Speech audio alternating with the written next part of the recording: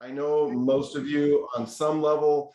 And so it is one of the best things is just you getting a chance to meet one another. And I know that's inspiring to be able to meet across context. The places where you work are just amazing. So, and the places where you serve.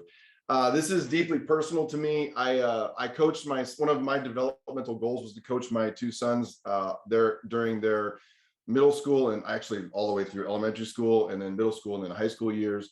And I had a player of mine who was a guy that I coached from the time he was probably 6 years old up till his 9th grade year. And he said, I didn't know if things were ever sticking. In fact, I would tell you that he was one of my toughest players to work with. My wife knows that over the years. It was just challenging for me to figure out how to get through to him. And then I saw him, he's in his sophomore year in college. And I saw him this last summer and he came up to me and he said, hey, Coach Rob, the 3 C's. And I don't even have to tell you what the 3 C's were to know that he remembered. So it's a deeply personal thing for me. I also think it's interesting to ask ourselves this question is what if every leader we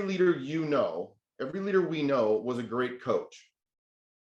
What would change in the experience of other people if every leader we know, including ourselves, was a great coach?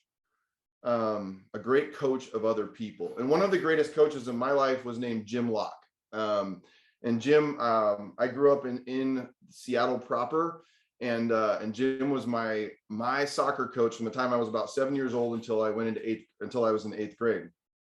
And I got to tell you a couple things about Jim really quickly. It's kind of fascinating thinking about kind of getting myself out of the executive coach sort of paradigm or archetype and saying, like, what do we know about great coaches in general that might help us? And hopefully those executive coaches are doing the same thing. But here's a couple of things about Jim.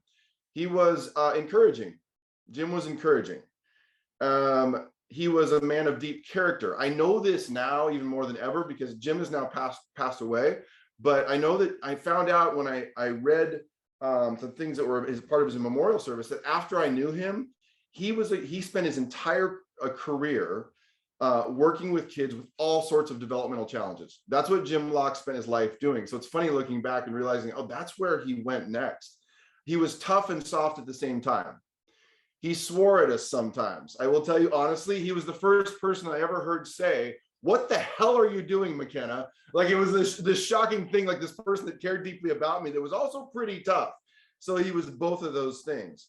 I had never heard the word hell up to that point, like outside of maybe some show that I snuck to watch. And so Coach Locke taught me some of that. So he knew how to laugh. He loved soccer. And I got to tell you one other thing about him. He had massive calves. I don't know why that's what I remember. Jim was not a tall man. He was not a tall man in stature. He had giant calves. So in my world, that's what a man of a tree looked like, was this guy that he was a fire hydrant with these massive calves. And so I just remember looking at him as a kid, you're just like, wow, those are big, strong calves. I don't know why that's what I'll never forget that about him. And I know he wasn't paid much. He wasn't paid anything to coach the teams I was a part of. And probably wasn't paid much for the work he did for the rest of his life, which is another fascinating thing. So I want to just, Jim is this great, for me, this amazing person in my life that I know you all have your own examples, whether it's coach, a science teacher, a band teacher, or some other person that was not even one of your formal teachers who invested in your life. But when it comes to a whole approach, a whole and intentional approach to what this might be about, I want to give you a couple of things that are part of our fundamental philosophy. And one thing is that at WiLD, we're about investing in the development of courageous and sacrificial leaders. And what we mean by that is people who bring a sense of themselves and enough courage to do the job and to lead, and also bring an awareness of the potential personal sacrifices it may take to actually invest in other people. And so that's something that's really important to us, that we embrace a whole person perspective. When I say whole person, I mean all of it. The good, the bad, and the ugly, the different seasons of life, the mistakes we've made, the places where we failed other people, and the incredible accomplishments and the redemptive capacity we bring to the world. We also embrace a long play perspective, that the moments that we are invested in people go far beyond this moment into a long-term trajectory that may actually outlive us. It's one thing that we're aspiring to be about. And the last thing is that we embrace paradox. So I want to give you just a little bit of thinking around this before Daniel gives you some how-tos. When I say embrace paradoxes, I think with this concept of coaching and leader, like a leader is a great coach. And what that would mean, I know I'm preaching to the choir, but it's like for many of you thinking about what would it mean if the leaders we have, you don't have to be an executive coach by role or by job to actually maybe do this well. And so, but I think one of the things that's so interesting about the great coaches in our lives, and there's research that would support most of what I'm about to say, is that there are a bunch of paradoxical things that are two things that are seemingly they're both true, but they're seemingly contradictory. Okay, so let me give you some of these paradoxes around leaders as coaches. The first thing is providing accountability and affirmation. Providing accountability and affirmation. They set boundaries and they make the hard calls. That's the responsibility of a leader and coach, right? And also take the responsibility, but they also affirm us and they encourage us, and they're aware that there's a tension in those things. And it's like to my reflections on Jim Locke, they're tough and soft at the same time. And it's interesting because most of the research on leader development would say that leaders are responsible for being on the task and also being considerate and considering other people. Like there's just some deep research for decades around that. A second thing is that this concept of investing, we talk about this often, but investing in questions and in answers. So it's like, it's this so often we as leaders and the leaders that we work with feel this responsibility for providing the answers. And that answers matter, but also that questions play a key role in that process, in the process of my own development. And so it's like, it's like Jim Locke when I walk off the field saying, "Hey, Rob, how'd you do? How'd you feel about the game you played?" Where he's not trying to test me, as Daniel was saying at the beginning. So that's another key paradox in this, that they have a focus on, we describe this as a focus on the one and with an eye to the many. In other words, that great leader coaches have this capacity to see us. That they have this capacity to see our individual, our nuance, our uniqueness, the unique qualifications, the hesitations we bring that are different for each of us. When I'm looking at each of your faces, I know that you have a whole person story that is your story. But at the same time, they bring this capacity to see the whole team.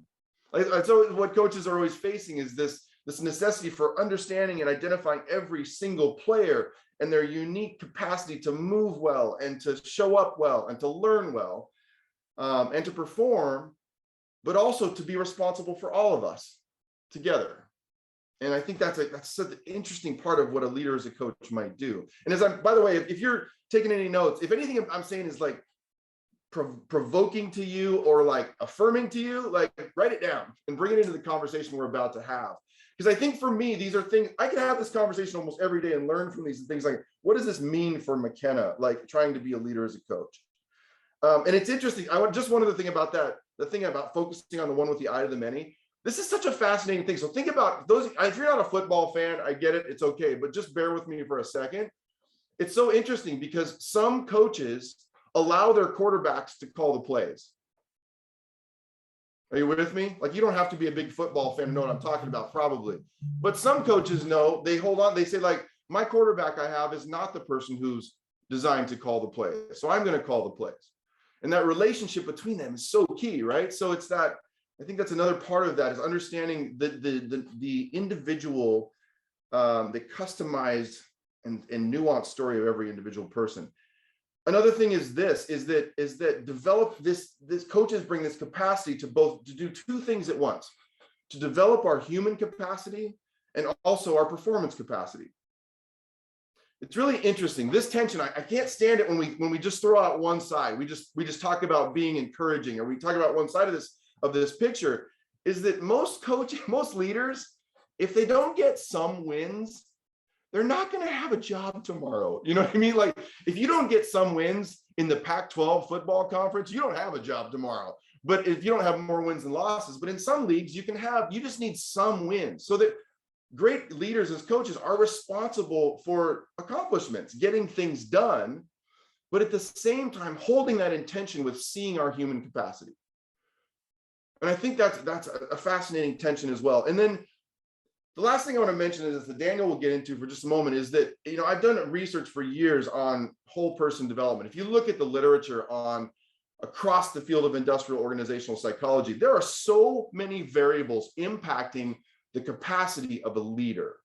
And the capacity of a leader not only to perform, but also to invest deeply in their people. And so part of that, the reason that behind what we do is also to provide a scaffolding and a common language for that whole conversation, to have a whole person perspective so that we could see people more effectively, so that we could effectively invite people through questions and not just giving them answers. And so that we could provide a structure for accountability and affirmation. So that's just a little bit at a high level. Daniel, will you give us some practical things to think about before we get into this next conversation? Yeah, that's great. Thanks, Rob. And again, as we share some of these, this is by no means covering the whole gamut, but my hope is that this sparks some ideas in you that you either can take it and run with, or think of other places you've seen things work in this regard as well. When it comes to inviting leaders into being coaches with those tensions and that paradigm that Rob mentioned, I'm going to share 3 things that we found have been really effective in different contexts and industries. The first is incorporating coaching into everything. And I love that Rob, you mentioned that difference between executive coaching and oftentimes I think a manager leader coaching is more like an athletic coach, where they're both improving performance, they're asking the questions, but they're also holding the accountability. And many of us have been executive coaches, and I can default to, okay, just be a good coach, just ask the good questions. And that's valuable. And so when I say incorporate coaching in everything, I don't just mean give everybody an executive coach. Maybe that could be the case, and sometimes that is the case. But what I mean by that is, as in our leader programs, anytime we're partnering with somebody to put a program in place, how can we incorporate coaching in everything, whether the leaders are aware of it or not? So a couple things that this looks like. In almost every leader program we do, at some point, we will model a coaching conversation to the leaders. And that's so key, because so often no one's just seen it done, that you can ask questions and have in 15 minutes a really rich, robust conversation.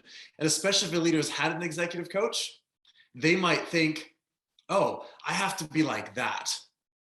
I have to be like, I'm looking at Johanan. I've seen Johanan coach. I've been in coaching conversations with Johanan. He's a great coach.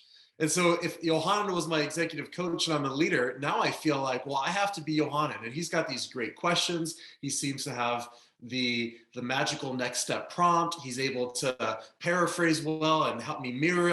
I don't have all those skills. And so it gets this high bar.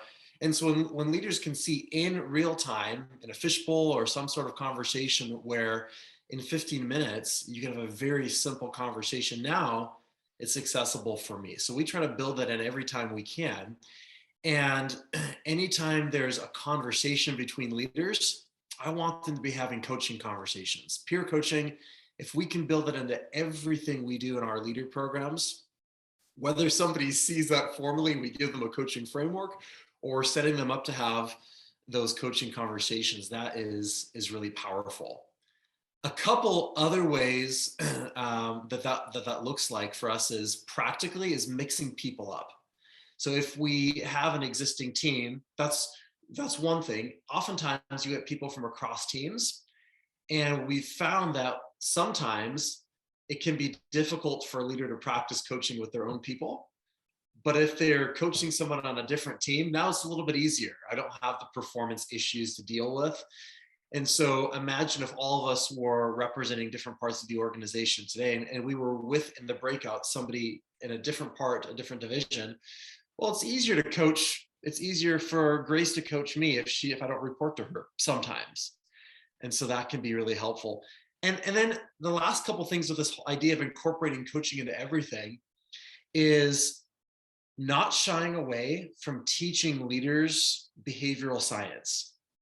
I'm not going to be heavy-handed about it, but we've got leaders who will teach things like appreciative inquiry or understanding developmental readiness, or I know some of you use Prochaska's readiness model. I've never seen as much of an appetite today for leaders to actually learn the science of people development. And there's so many factors we're seeing contribute to that. So leaders are actually interested in, how do I develop? How do I grow that capacity? And they don't necessarily want to be a leader development expert and be on the L&D team. Maybe they do, but many times they just want to grow that capacity. So being creative and bringing coaching into everything and using those as ways to recognize and affirm the great developers of people is really powerful. Second thing that we found is using a system for development, creating a common language. It's the reason for us that the WiLD Toolkit has been powerful, because as one leader I had in technology consulting said, these are the conversations that every great leader I've ever worked with has had with me. Most of them have just figured it out over a couple decades.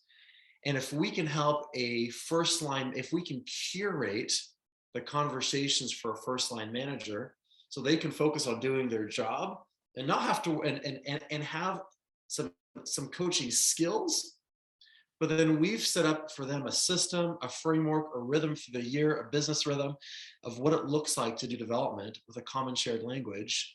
Now we've made it easy for them to take it and run with it. Sometimes I forget, because I just swim in this water like you all do, that the leaders I work with are not as familiar with human behavior, psychology, coaching, development as me. And that having a simple framework of like, here's the 10 conversations you're going to have this year once a month can make it really bottom shelf for somebody, so they know what they're going to have, what conversation they're going to have and where. And so that common shared language and having a system, for us it's the WiLD Toolkit, for others it could be something else, but whatever it is, having something that's shared across the organization is really powerful. And lastly, it's providing a simple framework for people. And there's all sorts of coaching frameworks out there. I'll share ours in a moment. But again, these leaders they don't necessarily need to be executive coaches, although many of them will say, I really want to get deeper into this, and then we can give them some pathways. But providing a simple framework so they have almost a paint by numbers, this is how to have an effective developmental conversation, whether it's 90 minutes over lunch where you take somebody out, or whether it's a 15-minute conversation at the end of a meeting when everyone hops off. Often what this is about is giving them a structure to teach leaders how to listen well, and something simple to follow along with. So my hope is that this sparks some ideas. Those are three things we've seen. I'm going to share our simple framework with you in a moment as a way to have this next conversation. But the first is looking for every pocket where we can incorporate coaching into everything. That's the first thing we found. Whether sometimes we overtly tell the leaders that, hey, we're here to develop you as a leader, and we're teaching you how to develop leaders at the same time. And I find that's one of the things that's often missing. A lot of leader programs, we develop the leaders, but we don't teach them how to be developers of leaders. And so incorporating coaching into every nook and cranny we can is one thing. Second is using a system for development to take the burden off them, so they don't have to feel like they need to be leader development experts. They just have a nice, almost paint by numbers scaffold created, and then giving them a simple framework to actually have the conversations happen. So let me share our simple framework with you, and this is what we're going to use to get into our conversation just now with each other. Some of you have seen this. We call it the process of thoughtful action. And I know Clara put a link in the chat to a blog, and we wrote an article about this in Talent Magazine for ATD that we can send you as well. We find that this is a great process for tool-based coaching, or honestly, whole leader development. It's 3 simple steps. And I love this because even as somebody who's done a lot of coaching for a decade and a half, it's so helpful for me to have just a bottom shelf framework to lean on. And I find a lot of leaders value that as well. It's awareness, application, and action. And so these are the questions I'm going to ask you to ask each other in a moment. Starting with awareness. Our belief is anytime you have some data on yourself, or you've experienced something, which could be a conversation like we just had, or it could be assessment data or reflection from a journal or a conversation, there's always something to become aware of. And that could be something you already knew about yourself. and it just affirmed it, or something you already knew and it reminded you about it. Or it could be something that was a net new surprise, an aha moment. So I love asking people, what did you become aware of? So even in this conversation that we just had now, Rob and I'd ask you, what did you become aware of? What was something that was consistent with what you already knew, or something that surprised you? And then based on that awareness, what's the application? What's the impact of that on you and on other people? And then lastly, what do you feel motivated to do or change next? And get specific. And that could be a major thing, a grand goal for the year, or it could be a small nudge, a meeting you're going to set up, or an email you're going to send, whatever that thing is. And that could be a series of conversations or a 15-minute conversation. So for example, when you go into the breakout, one of the questions that Claire could ask me is, she could say, hey, Daniel, tell me, based on that conversation that happened just now, what did you become aware of? What did you notice that just happened?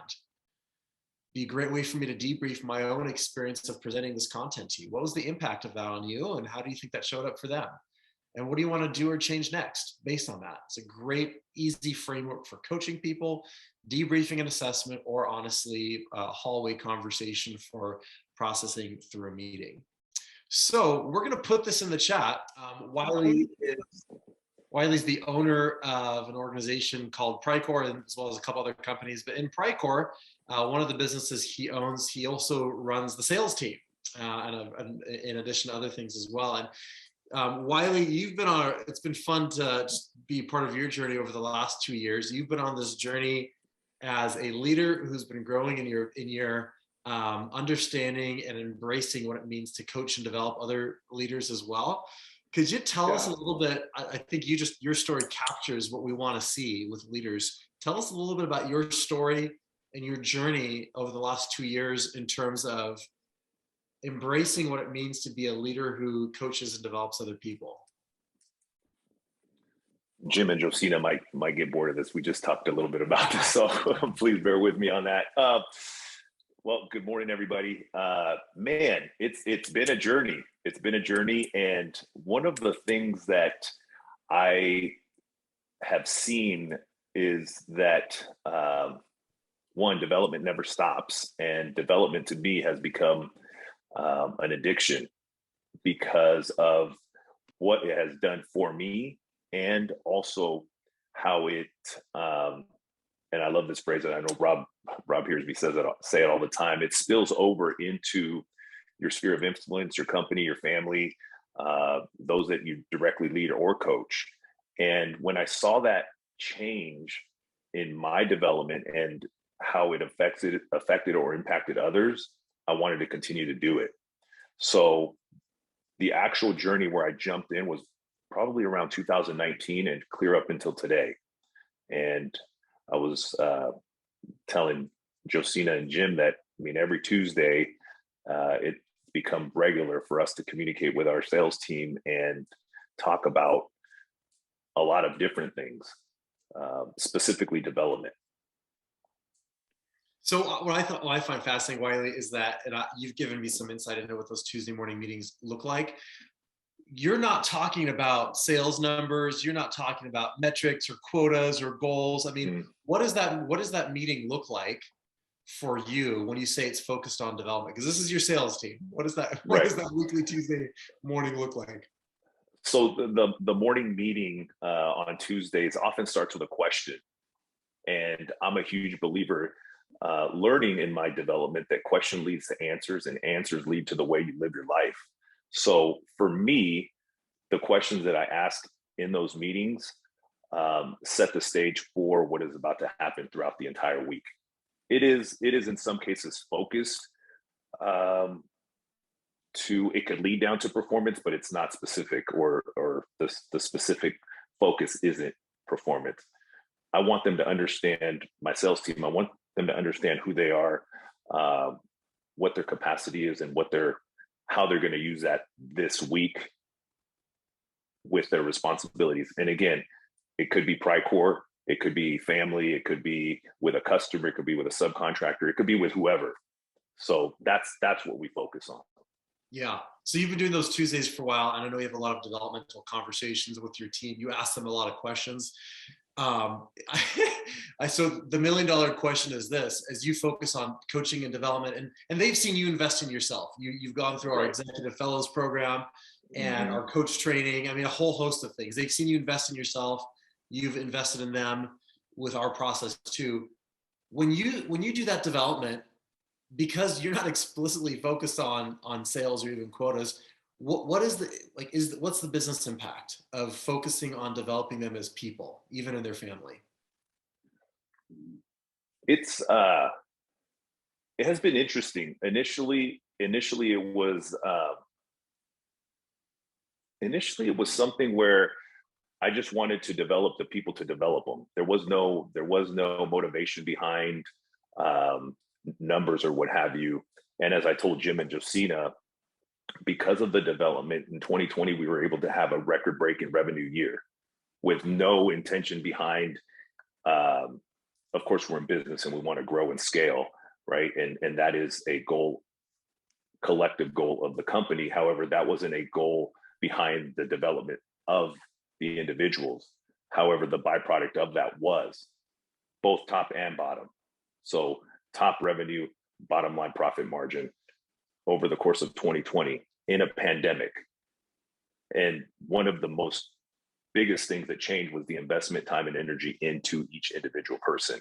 Now in 2022 or 2021, excuse me, the byproduct of that continued effort has been record-breaking months, both top and bottom. We're on a trajectory to outgrow last year's revenue number here at the end. We still have a month left, so we don't know what that exactly looks like. But again, the emphasis was on development collectively. Individually, as I mentioned to Jim and Josina, individually when we do our performance evaluations, we do talk numbers. Obviously, we're in business. That's what we want to focus on. But collectively, as a group, we're focusing in on the development of the person, because I believe that development of the person builds confidence. It builds, you understand what the vision of the company is. Therefore, you're more apt to, like, how can I help Prycore, Wiley, and Jason achieve what they're doing with this company, and what's my value within the organization? Once you understand who you are, you're able to quickly dive into that and help out. Yeah. So because of that focus on developing the people, what have you seen change in them that's making an impact on some of those business metrics? I think it's, we talked about accountability and affirmation. I'm huge on affirming. I think you guys know that. I believe that goes a long way. And by affirming people, it also builds confidence. I'm huge on confidence, particularly in our sales division. So what that does for, and I'll rattle off some names for some of my employees like Tyson, Sean, and Denzel, what that does is by affirming them, now they see themselves as somebody that is valued within the organization, to therefore hold somebody else accountable for whether it's fallen short or they could do better by doing this, or bringing people onto the organization that fit the culture, is what I found. That's been a direct impact from the development to our organization. Yeah. And so it's another thing I love, Wiley, one of the things I've loved too is it's not like you just started coaching people and developing them, and then tomorrow all of a sudden you got this hockey stick, Yeah. this week, next week. When you started, there was some eye rolling, a little bit of resistance, a little bit of, why are we talking about personal stuff? Yeah. What was that resistance? How did you overcome it? And what happens now if you miss one of those Tuesday meetings? Yeah, initially when we started, and this was a fault of my own. I didn't ever have meetings. The only time there was a meeting is if something didn't go right, we weren't hitting our numbers, or the disciplinary or consequential meetings that you have. Oh, the boss is calling me into his office, or we're having a meeting because we're falling short with this. So that changed, and when we started having the meetings, people were slouched over. You could tell the body language wasn't necessarily receptive. People eye rolling, like, what are we doing? And I, again, in our breakout, I mentioned in 2020, I don't think we missed one Tuesday conversation. And in 2021, we've only missed 3. When we do miss them, my phone starts ringing, my text messages start going off. What's happening? What's going on? Why aren't we having these conversations? Which, if I'm being 100% honest, that made me feel good. Like, they want this. They are looking forward to the topic, where once they were uncomfortable, once they didn't even, care about the meeting, and uncomfortable because of the questions that we're asking. The questions that we're asking are not always like happy-go-lucky questions. Sometimes you got to dig down and get real with yourself. So, but now it's become within that group, everybody has become transparent and vulnerable with questions that we ask and share, not only business related stuff, but sometimes personal stuff where, again, having a conversation with Jim, it's in those micro moments that you allow those conversations to just flourish because somebody is talking about something that's important to them. So it's come a long way from the complete resistance to now looking forward to them. Awesome. I love it. And I love, especially Wiley, I mean, we're talking about guys who, some of them have come up from the ranks, digging ditches and doing a sewer excavation, right? And so it's not like they just spend their time in an ivory tower waxing and waning on philosophy. Like, they get stuff done, and they value these conversations too. So I love that. Yeah, and I guess that's important to say. Because we are in the trade space, and these are, people from all walks of life. Education could be college graduates to somebody that potentially didn't even graduate high school. So you have all walks of life, and the ability to coach and lead them further than what they, in some cases, expected. And sometimes you draw these things out as coaches, has been incredible to see. And I could think of 3 or 4 names right off the top of my head of people that, oh man, I didn't know I had that in me. Or the questions that I ask or we ask leads them to think deeper about a lot of different things. So that's been really cool to see. Yeah. And the cool part, the fun part now is watching as you've developed and coached them. Now some of them are starting to do that for the people on their teams as well. So there's a cascading effect. Yeah. So here's what I'd love to have us do. I'm going to share a couple things to take this conversation forward. Wiley, thanks for being our spotlight. Absolutely, man.